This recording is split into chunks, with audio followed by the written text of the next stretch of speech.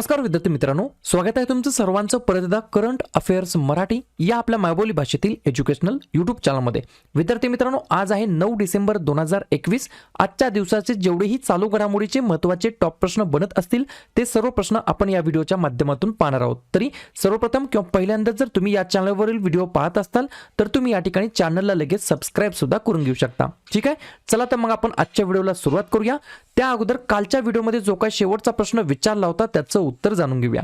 काय होता प्रश्न? काळजीपूर्वक ऐका, महत्त्वाचा प्रश्न आहे. अलीकडेच निदर्शनास आलेल्या नवीन कोरोना व्हायरसच्या प्रकाराचे नाव काय आहे? तर बऱ्याच विद्यार्थी मित्रांनी अगदी योग्य उत्तर टाईप करून सांगितलंय. पर्याय क्रमांक बी, ओमिक्रॉन असं त्या व्हायरसच्या प्रकाराचं नाव आहे. पर्याय क्रमांक बी या प्रश्नाचं योग्य उत्तर असणार आहे. तर कोरोना व्हायरसच्या नवीन प्रकाराचं नाव आहे ओमिक्रॉन. ठीक आहे, आता याच्याबद्दल काही महत्त्वाचे 5 पॉईंट आहेत, ते काळजीपूर्वक व्यवस्थितपणे वहीमध्ये लिहून घ्या. पहिला पॉईंट लिहून घ्या, ओमिक्रॉन प्रकार हा सार्स कोव्ह 2चा एक प्रकार आहे. दुसरा पॉईंट लिहून घ्या, 24 नोव्हेंबर 2021 रोजी दक्षिण आफ्रिकेतून प्रथम जागतिक आरोग्य संघटनेला याची नोंद करण्यात आली.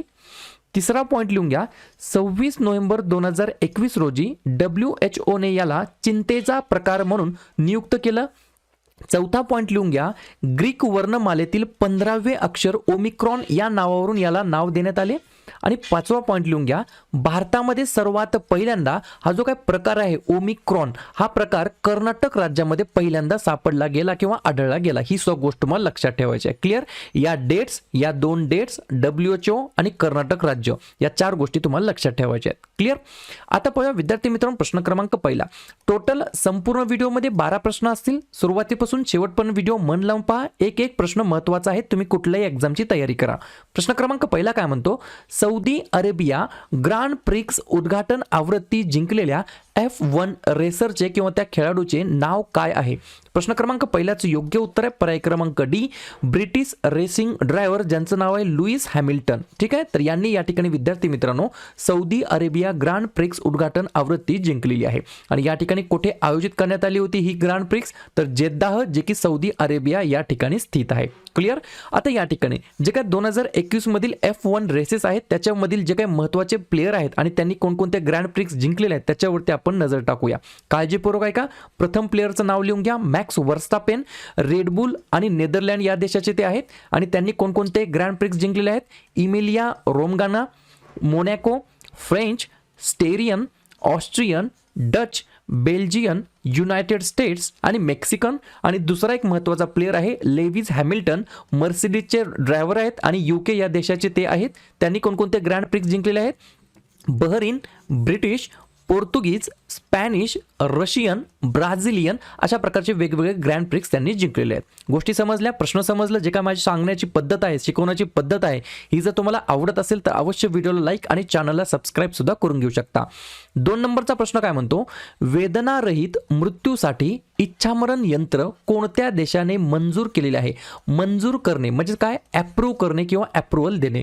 तर 2 नंबरच्या प्रश्नाचं योग्य उत्तर आहे पर्याय क्रमांक सी, स्वित्झर्लंड या देशाने या ठिकाणी विद्यार्थी मित्रांनो अशा प्रकारचं जे काही यंत्र आहे त्या यंत्राला आता त्यांनी अप्रुव्हल दिलेलं आहे किंवा मान्यता दिलेली आहे, मंजूर केलेलं आहे. काय आहे हे यंत्र? कशासाठी वापरलं जाईल? तर वेदनारहित मृत्यूसाठी ज्यांना इच्छामरण हवं आहे त्यांच्यासाठी हे यंत्र कामकाजी येणार आहे. ठीक आहे, तर या ठिकाणी वेदनारहित मृत्यूसाठी इच्छामरण यंत्र स्वित्झर्लंड या देशाने नुकतेच मंजूर केलेले आहे. पर्याय क्रमांक सी या प्रश्नाचं योग्य उत्तर असतं. तसेच या ठिकाणी विद्यार्थी मित्रांनो अनअकॅडमी भारतातील सर्वात मोठी ऑनलाईन लर्निंग प्लॅटफॉर्म, ज्या ठिकाणी तुम्ही वेगवेगळ्या एक्झामची तयारी तुम्ही घर बसल्या लाईव्ह महाराष्ट्रातील टॉप शिक्षकांच्या सोबत तुम्ही या ठिकाणी वेगवेगळ्या परीक्षांची तयारी करू शकता. या ठिकाणी लवकरच प्राइस मध्ये वाढ सुद्धा होणार आहे. तसेच या ठिकाणी जर तुम्ही 3 महिन्याचं सबस्क्रिप्शन बाय केलं तर तुम्हाला 1 महिन्याचं सबस्क्रिप्शन फ्री भेटणार आहे. आणि जर तुम्ही 24 महिन्याचं सबस्क्रिप्शन बाय केलं तर त्यावरती तुम्हाला 3 महिन्याचं सबस्क्रिप्शन फ्री भेटणार आहे. यासाठी तुम्हाला एक कोड यूज करायचा आहे. तो आपल्या चॅनलचा कोड असणार आहे MPSC एक्झाम 10. तुम्ही कुठल्याही एक्झामची तयारी करा, कुठलाही कोर्स बाय करा, त्या ठिकाणी तुम्हाला MPSC एक्झाम 10 हा कोड तुम्हाला यूज करायचा आहे. आहे. या ठिकाणी तुम्ही वेगवेगळ्या एक्झाम जसं की अपकमिंग राज्यसेवा, PSI, STI, ASO या सर्व परीक्षांची तयारी एकाच सबस्क्रिप्शन मध्ये करून घेऊ शकता. ठीक आहे. या ठिकाणी मग तुम्हाला डिस्काउंटसाठी मी ऑलरेडी सांगितले 10% डिस्काउंट आहे. 1 महिना, 3 महिना, 6 महिना, 12 महिना, 24 महिना कोणत्याही प्रकारचं तुम्ही जर सबस्क्रिप्शन घेतलं तर फक्त तुम्हाला कोड यूज करायचा आहे MPSC एक्झाम 10. पुढचा प्रश्न क्रमांक 3 इम्पॉर्टंट प्रश्न आहे. खालीलपैकी कोणाची युनिक्सने राजदूत म्हणून नियुक्ती केलेली आहे? राजदूत म्हणून नियुक्ती करणे म्हणजे काय? ॲज अ ब्रँड अँबॅसेडर म्हणून त्यांची नियुक्ती केलेली आहे. तर 3 नंबरच्या प्रश्नाचं योग्य उत्तर आहे पर्याय क्रमांक बी. इंडियन क्रिकेट प्लेअर ज्याचं नाव आहे जसप्रीत बुमराह असं त्या प्लेअरचं नाव आहे. या प्लेअरची या ठिकाणी विद्यार्थी मित्रांनो ॲज अ ब्रँड अँबॅसेडर म्हणून युनिक्सने यांची निवड केलेली आहे. आता या ठिकाणी हे जे काय UNIX युनिक्स आहे हे काय आहे विद्यार्थी मित्रांनो? तर हे एक आहे भारतीय मोबाईल ॲक्सेसरीज उत्पादन ब्रँड आहे ज्याचं नाव आहे युनिक्स आणि त्याचे आता ब्रँड अँबॅसेडर कोण आहेत? जसप्रीत बुमराह. या ठिकाणी आपण बऱ्याच वेळेला ब्रँड अँबॅसेडर वरती रिव्हिजन टाकलेलं आहे. आपण आता आज काय करू, जे काय लेटेस्ट ब्रँड अँबॅसेडर बनवले आहेत त्याच्यावरती नजर टाकूया. काळजीपूर्वक पहा आणि लिहून घ्या. किड्स फूडवेअर ब्रँड आहे ज्याचं नाव आहे प्लेटो. त्याचे ब्रँड अँबॅसेडर आहेत राहुल द्रविड. त्यानंतर ट्रायफेड आदी महोत्सवाचे ब्रँड अँबॅसेडर आहेत MC मॅरीकोम. त्याच्यानंतर महाराष्ट्र कोविड वॅक्सिनेशनचे ब्रँड अँबॅसेडर आहेत सलमान खान. त्याच्यानंतर सेंच्युरी LEDs मॅजिक रेंजचे आहेत सौरव गांगुली. त्याच्यानंतर गुवीचे आहेत स्मृती मंदाना. त्याच्यानंतर या ठिकाणी अरुणाचल प्रदेशचे जे काही ब्रँड अँबॅसेडर आहेत त्यांचं नाव आहे संजय दत्त. त्याच्यानंतर युनेस्कोच्या गुडविल जे काय त्याच्यानंतर युनेस्को गुडविलचे ambassador for cultural and creative इंडस्ट्रीचे ब्रँड अँबॅसेडर आहेत नाओमी कवासे. आणि त्याच्यानंतर किनारा कॅपिटलचे आहेत रवींद्र जडेजा. ठीक आहे. पुढचा प्रश्न क्रमांक 4. अलीकडेच भारत आणि कोणत्या देशामध्ये विक्रमी 28 वेगवेगळ्या करारावरती स्वाक्षरी झालेली आहे? काळजीपूर्वक ऐका. या ठिकाणी वेगवेगळे 28 करार केलेले आहेत आणि हे विक्रमी करार करण्यात आलेले आहेत. कोणत्या 2 देशामध्ये? भारत आणि पर्याय क्रमांक A रशिया. या 2 देशामध्ये अशा प्रकारचे जे काही 28 करारावरती स्वाक्षरी करण्यात आली आहे. पर्याय क्रमांक A या प्रश्नाचं योग्य उत्तर असणार आहे. या ठिकाणी लगेच आपण रशियाबद्दल 3 गोष्टी जाणून घेऊया. अध्यक्ष आहेत रशियाचे व्लादिमीर पुतिन. मला लगेच कमेंट करून सांगा या ठिकाणी हे जे काही अध्यक्ष आहेत प्रेसिडेंट आहेत व्लादिमीर पुतिन हे कधीपर्यंत रशियाचे प्रेसिडेंट म्हणून कार्यरत असणार आहेत? ठीक आहे. आणि राजधानी आहे मॉस्को आणि चलन आहे रशियन रुबल. पुढचा प्रश्न क्रमांक 5. अलीकडेच उज्जीवन स्मॉल फायनान्स बँकेचे MD आणि CEO म्हणून कोणाची नियुक्ती करण्यात आली आहे? तर 5व्या नंबरच्या प्रश्नाचं योग्य उत्तर आहे पर्याय क्रमांक C इत्तिरा डेव्हिस असं त्या व्यक्तींचं नाव आहे. या ठिकाणी मग हे कोण आहेत? MD आणि CEO. MD म्हणजे काय? मॅनेजिंग डायरेक्टर आणि CEO म्हणजे काय? Chief executive officer. कोणत्या बँकेचे? उज्जीवन स्मॉल फायनान्स बँक ज्या बँकेची स्थापना झाली 1 फेब्रुवारी 2017ला. संस्थापक आहेत अमित घोष. MD आणि CEO आहेत आपण आत्ताच पाहिलं इत्तिरा डेव्हिस आणि या बँकेचं मुख्यालय आहे बेंगलुरू या ठिकाणी. पुढचा प्रश्न क्रमांक 6. विवेक पॉल यांना आशियातील सर्वात सर्जनशील उद्योजक पुरस्कार कोठे मिळालेला आहे किंवा कोणत्या ठिकाणी या पुरस्काराने यांना सन्मानित करण्यात आलं आहे? 6व्या नंबरच्या प्रश्नाचं योग्य उत्तर आहे पर्याय क्रमांक C दुबई. या ठिकाणी विद्यार्थी मित्रांनो Asia's most creative entrepreneur award हा भेटलेला आहे. कोणाला? विवेक पॉल यांना. ठीक आहे. पर्याय क्रमांक C या प्रश्नाचं योग्य उत्तर असणार आहे. ठीक आहे. पुढचा प्रश्न क्रमांक 7. बुक्स अँड ऑथर या कॅटेगरीवरती बऱ्याच वेळेला एक्झाम मध्ये 1 तरी मार्काचा प्रश्न विचारला जातो. या ठिकाणी मग जे काही लेखक आणि पुस्तक आहेत याच्यावरती तुम्हाला जर व्हिडिओ पाहिजे असेल तर नक्कीच कमेंट करून सांगा. आपण 1-2 दिवसामध्ये त्याच्यावरती सुद्धा व्हिडिओ कव्हर करण्याचा प्रयत्न करू. प्रश्न क्रमांक 7 काय म्हणतो? The Midway battle Modi's roller coaster second term नावाचं हे पुस्तक आहे. ते पुस्तक कोणी लिहिलेलं आहे? तर 7व्या नंबरच्या प्रश्नाचं योग्य उत्तर आहे पर्याय क्रमांक B गौतम चिंतामणी असं त्या व्यक्तींचं नाव आहे असं त्या लेखकाचं नाव आहे.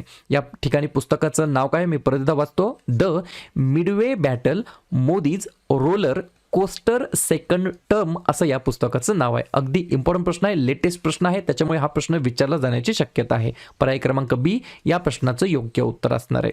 पुढचा प्रश्न क्रमांक 8. नासाने चंद्र आणि मंगळ मोहिमेसाठी कोणत्या भारतीय वंशाच्या व्यक्तीची निवड केलेली आहे? तर 8व्या नंबरच्या प्रश्नाचं योग्य उत्तर आहे पर्याय क्रमांक A अनिल मेनन असं त्या व्यक्तींचं नाव आहे. या ठिकाणी विद्यार्थी मित्रांनो हे आहेत भारतीय वंशाचे व्यक्ती आहेत आणि या ठिकाणी कोणी यांची निवड केली आहे? तर नासाने. आणि कशासाठी?